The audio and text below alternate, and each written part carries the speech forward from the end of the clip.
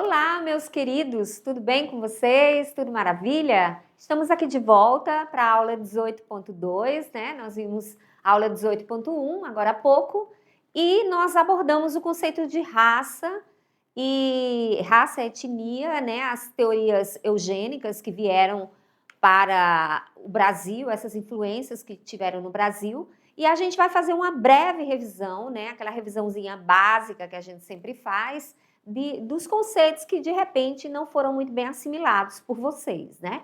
Então, agora é o momento de tirar aquelas dúvidas, então anota, faz as anotações no caderninho aí, e bora aqui, então, para o nosso quadro de hoje, para a gente fazer essa revisão. A gente falou sobre o processo de colonização, né, na América.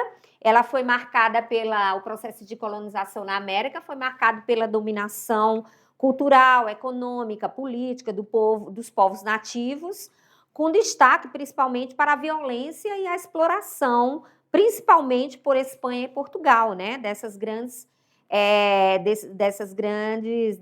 impérios, né? Seguido por Inglaterra e França. Então, as potências europeias, essas grandes potências, buscavam expandir seus impérios e fortalecer sua economia, né? E isso, consequentemente, trouxe a exploração e a dominação dos povos originários que aqui já viviam. Então, essa exploração da América, ela se deu especificamente utilizando a mão de obra escrava trazida dos negros africanos e dos indígenas que aqui já estavam. Foi um período, a gente também falou sobre o período das grandes navegações, que o intuito dessas grandes navegações era principalmente colonizar, né, expandir os seus impérios, né, subjugando esses povos, os nativos desses lugares, subjugando esses povos à exploração. Então, de fato, era uma colonização tanto voltada para as ambições políticas quanto econômicas, né? A gente também tratou das teorias eugênicas, né? Então, a partir do século XIX, essas teorias, né, principalmente no campo da ciência, elas começaram a surgir para justificar exatamente a questão das raças, né?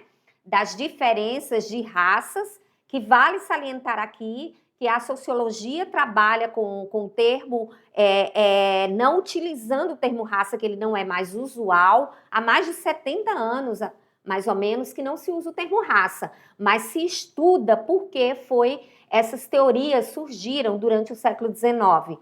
Então, essas teorias que justificavam o processo evolutivo das civilizações, segundo eles, as civilizações evoluíam e havia sempre o civilizado,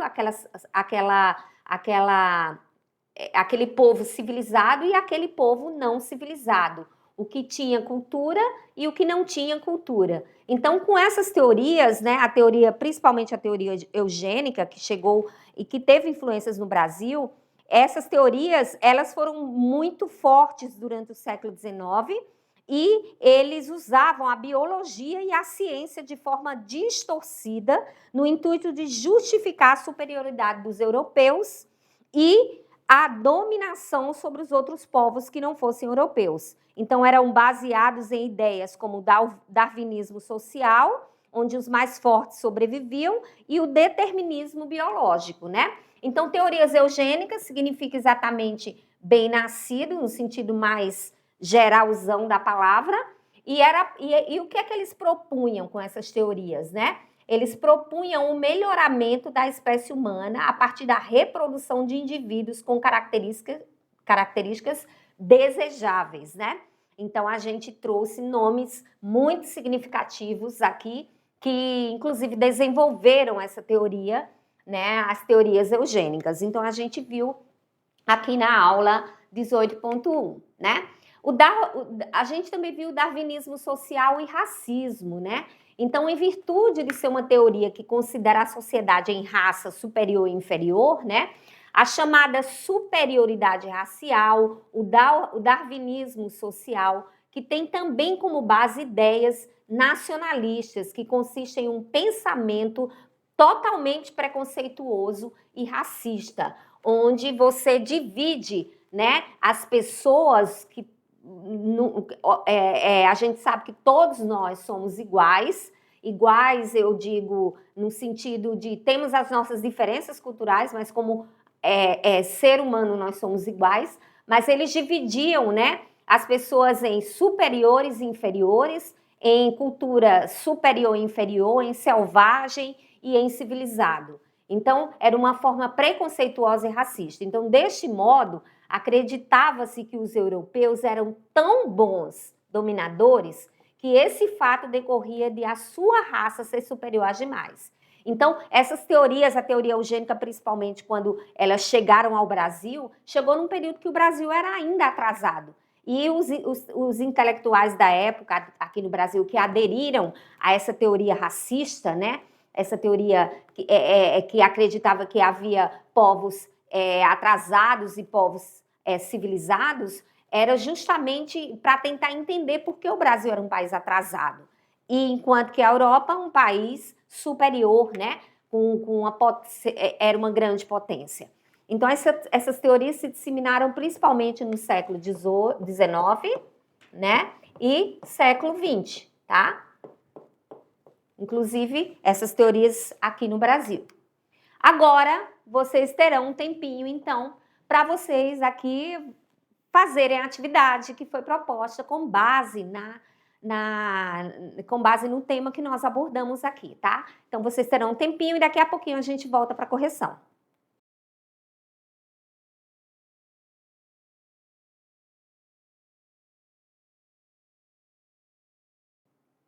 Aqui de volta, e vocês já fizeram a atividade aí pelo tempinho que tiveram, né? Então agora a gente vai para a correção para ver quem acertou. Vale salientar, eu sempre tenho falado isso, que é importante vocês fazerem a atividade para assimilar melhor o conteúdo. Porque quando a gente vê a teoria e exercita no exercício, né, nas atividades, fica muito mais fácil de você entender aquilo que foi abordado na videoaula. Então, vamos lá para a correção. Vamos ver quem acertou aí, tá? Tirando dúvidas, a resolução da atividade de sala. A questão 1, né? Fala da eugenia, aquilo que nós estudamos, aquela teoria eugênica.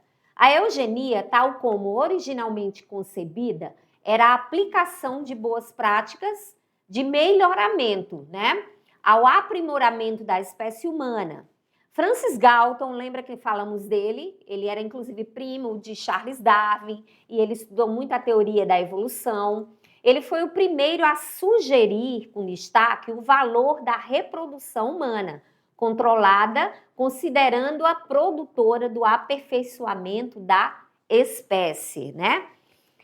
Então, um resultado da aplicação dessa teoria disseminada a partir da segunda metade do século XIX foi a aprovação de medidas de inclusão social. Essa teoria, ela propunha que todos os povos fossem incluídos socialmente, né? Então, quando a gente faz esse processo de inclusão, a gente está dizendo que todo mundo ali é igual. Será que era isso que essa teoria propunha? Ou será que era a adoção de crianças, né, com diferentes características físicas? Eles conseguiam adotar nessa teoria crianças com diferentes características físicas. Ou será que era a letra C, onde havia um estabelecimento de legislação que combatia as divisões sociais? Será que era isso? Ou a letra D, prisão e esterilização de pessoas com características consideradas inferiores? Ou será que é a letra E, né? Desenvolvimento de próteses que possibilitavam a reabilitação de pessoas deficientes. É isso mesmo? Vamos lá, então? Vamos ver quem acertou aí, hein? Letra D. Então, a teoria eugênica, ela, de fato, o resultado dessa teoria era para quê? Era para que fossem presos ou esterilizados pessoas com características que eles consideravam inferiores. Lembra que eles estudaram através da biologia, né, para disseminar essa teoria da qual havia povos superiores e povos inferiores. Muito bem. Questão 2. UPE. O darwinismo social, né, pode ser definido como a aplicação das leis da teoria da seleção natural de Darwin na vida e na sociedade humanas. Seu grande mentor foi o filósofo inglês Herbert Spencer, que era criador da expressão sobrevivência dos mais aptos, que mais tarde também seria utilizada por Darwin, né? É um texto de Maria Augusta sobre o darwinismo social, eugenia e racismo científico. Vamos ver. Essa teoria foi utilizada no século XIX pelas nações europeias para justificar o quê? A independência da Oceania, será que foi isso? Ou B, a colonização dos Estados Unidos? Ou letra C, a dominação imperialista na Ásia e África? Ou D, a supremacia racial das nações latino-americanas? Ou será que era a letra E, a inferioridade dos Estados Unidos frente ao Japão? Vamos ver aí qual alternativa vocês escolheram com relação ao darwinismo social que nós estudamos aqui, né? Vamos lá? Letra C. Era justamente o darwinismo social, era a dominação imperialista das grandes potências, como Inglaterra, França, né? Na Ásia e África. Olha aí. Questão 3, Sesgran Rio, né? A questão 3 diz o seguinte: foram inúmeras as consequências da expansão ultramarina dos europeus, gerando uma radical transformação no panorama da história da humanidade. Sobressai como importante consequência o quê? Falando sobre essas expansões ultramarinas dos europeus, né? Então, eles queriam se sobressair através da manutenção dos níveis de afluxo de metais preciosos para a Europa, ou eles queriam a manutenção do eixo econômico do mar Mediterrâneo com acesso fácil ao Oceano Atlântico, ou eles queriam ser a dependência do comércio com o Oriente, que era fornecedor de produtos de luxo como sândalo, porcelanas e pedras preciosas, ou D, o pioneirismo de Portugal, explicado pela posição geográfica favorável, ou a letra E, a constituição de impérios coloniais embasados pelo espírito mercantil. Vamos ver o que vocês marcaram. Eu já sei qual é a resposta. Vocês já sabem aí o que marcaram? Vamos lá, então? Letra E. Então, o que eles queriam com essas expansões marítimas? Expansões ultramarinas, os europeus queriam, né? Eles queriam, de fato, a Constituição estabelecer impérios coloniais embasados principalmente pelo espírito da mercadoria, o mercantil, né? Pelo espírito mercantil. Agora, decolando para o futuro, né? Então, aí, ó, vamos pegar esse foguete e vamos decolar para o futuro, pensando sempre em quem está querendo fazer o Enem, né? Então, tem que ficar ligado na atividade. Vamos lá. Questão 4.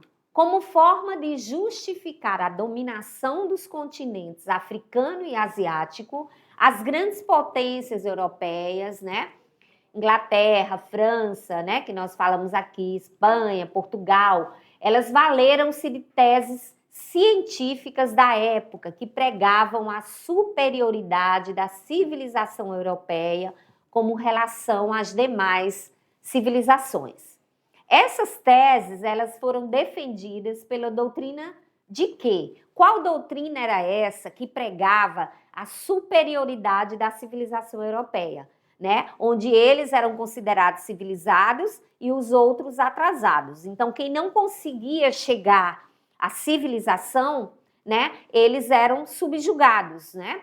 Então, essa tese ela foi defendida por qual doutrina? Pelo darwinismo social, pelo mercantilismo, ou pelo estamento burocrático, ou pela sociobiologia, ou pelo liberalismo. O que é que vocês marcaram aí? Qual dessas teses foram embasadas para que os europeus pregassem a teoria da superioridade? Darwinismo social, né? Nós estudamos aqui o que era o darwinismo social, né? Essa justificação de que havia países mais civilizados e outros atrasados. E consequentemente, os civilizados estariam na Europa, eram os europeus. A questão 5, aí justamente na questão 5, você vai conceituar o que significa darwinismo social, né? Então, bora lá. O que é que vocês colocaram aí, então? O darwinismo social acredita na premissa da existência de sociedades superiores às outras e inferiores, né? Em outras palavras. Nessa condição, as que se sobressaem física e intelectualmente devem e acabam por se tornar as que governam. Por outro lado, as outras, aquelas que eles consideram que não são civilizadas, são as menos aptas, ou seja, atrasadas. Elas deixariam de existir porque não eram capazes de acompanhar a linha evolutiva da sociedade. Então, é isso que explica o que é o darwinismo social. E aqui a gente conclui, então, a nossa atividade de hoje, né? Com base na aula que nós tivemos, com tantos conceitos que talvez você ainda não tenha ouvido falar de alguns, mas outros talvez você tenha ouvido falar, principalmente nas aulas de história, também traz alguns desses conceitos, né? Contextualizando esses períodos históricos. E aqui a gente acaba a nossa aula de revisão e eu espero você na próxima aula. Tchau, tchau!